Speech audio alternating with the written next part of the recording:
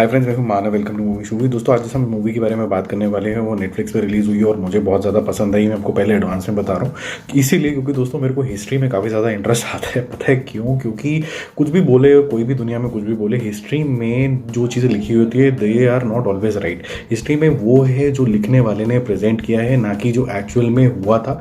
इसलिए I see historical movies to make my own sense of it. In fact जब कभी मैं हिस्टोरिकल प्लेसेस इंडिया या अब्रॉड में जाता हूँ तो I make sure that I take a guide, और उस गाइड के बाद मैं उसको बोलूँ भाई साहब आप चले जाओ, मैं अपनी अंडरस्टैंडिंग खुद भी थोड़ी बहुत बनाना चाहता हूँ। तो यूरोपियन कंट्रीज़ में तो दोस्तों ये काफ़ी फेमस है कि हिस्ट्री को कैसे ट्विस्ट किया गया, कैसे वहाँ पर कई बार तो किताबें वगैरह भी जला ली जाती थी ताकि हिस्ट्री को प्रिजर्व करा जाए एक सर्टन तरीके से। एनीवेज दोस्तों, मैंने एक कमाल की मूवी देखी है। ये एक यूरोपियन पीरियड ड्रामा है, मेरी क्वीन ऑफ स्कॉट्स, जो कि सेटअप है यूरोप के अंदर 1500 की मिड सेंचुरी के अंदर।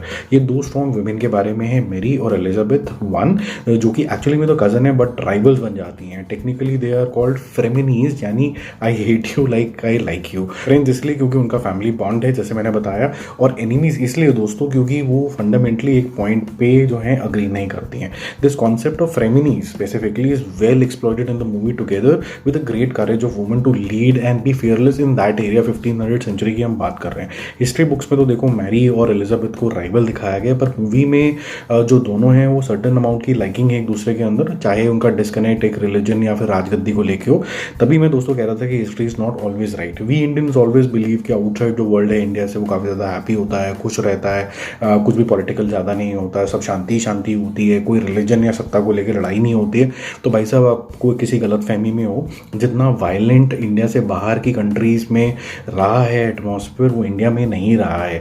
तो मूवी में दोस्तों हम देखते हैं कि मेल डोमिनेटेड कोर्ट्स हैं स्कॉटलैंड के और इंग्लैंड के अंदर, जहाँ पर ये दोनों की रानियाँ हैं, और दोनों ही कोर्ट्स के अंदर क्योंकि मेन डोमिनेटेड हैं वो अपनी ट्रिक्स और डोमिनेटेड थिंकिंग से इन जो क्वींस को इन्फ्लुएंस करती रहती है। मेरी, जिसको अपने फादर की डेथ के बाद बचपन में ही फ्रांस भेज दिया गया था, वो बड़ी होकर स्कॉटलैंड में वापस आती है तो अपनी थ्रोन क्लेम करती है अपनी बड़ी बहन एलिजाबेथ से। बस यहीं पर डिफरेंसेस शुरू हो जाते हैं और कोर्टमैन को एक बहाना मिल जाता है इन दोनों बहनों को लड़ाने का। आगे आप विटनेस करोगे कि कैसे धोखाधड़ी होती है और कैसे पॉलिटिक्स होती है। हिस्ट्री में मैरी को विलन की तरह प्रोजेक्ट किया था, विकी पे आप पढ़ लेना, पर मूवी में आपको एक अनदर साइड सटली दिखाई जाती है मेकर्स द्वारा विदाउट सेइंग मच। तो जो मेरे को पॉइंट अच्छा लगा, फेयर पॉइंट लगा। मूवी का एक एक्सपीरियंशियल जोन है दोस्तों, जो आपको बहुत ही अच्छी परफॉर्मेंसेस के अंदर दिखता है लीड एक्ट्रेसेस में। सपोर्ट कास्ट जो कोर्ट में बैठा होता है, उस टाइम का जो कॉस्ट्यूम है, आर्किटेक्चर है, और जो सीरीन वाटर बॉडीज दिखाई गई, ऐसा लगता है बिल्कुल अनटच्ड बाय ह्यूमंस है, वो आपको बैक इन टाइम ले जाता है। आपको ऐसा लगता है कि आप उसी जोन के अंदर ट्रांसपोर्ट हो गया। कुछ लोगों को शायद ये मूवी लंबी लग सकती है, पर आपको उनकी बात सुननी नहीं है, क्योंकि जो कैरेक्टर डेवलपमेंट के लिए इस तरीके की मूवी के अंदर जो हिस्ट्री पे बेस्ड है, उसके लिए इतना समय तो दोस्तों चाहिए। तो आई लव्ड इट कम्प्लीटली, और मेरा स्कोर तो दोस्तों A1 है। आप देखोगे तो आप भी डिलाइटेड फीलिंग फील करोगे। काफ़ी अच्छी बनाई है, और सिनेमैटिकली तो दोस्तों मुझे तो काफ़ी डिलाइटफुल लगी। तो आप देखो और आप बताओ आपको कितनी अच्छी लगी, कमेंट करो, और जल्दी मिलते हैं एक और रिव्यू के साथ। इन बिटवीन आपको ये चैनल सब्सक्राइब करना है और ऑल का बटन दबाना, नहीं तो सारी नोटिफिकेशंस नहीं आएंगी।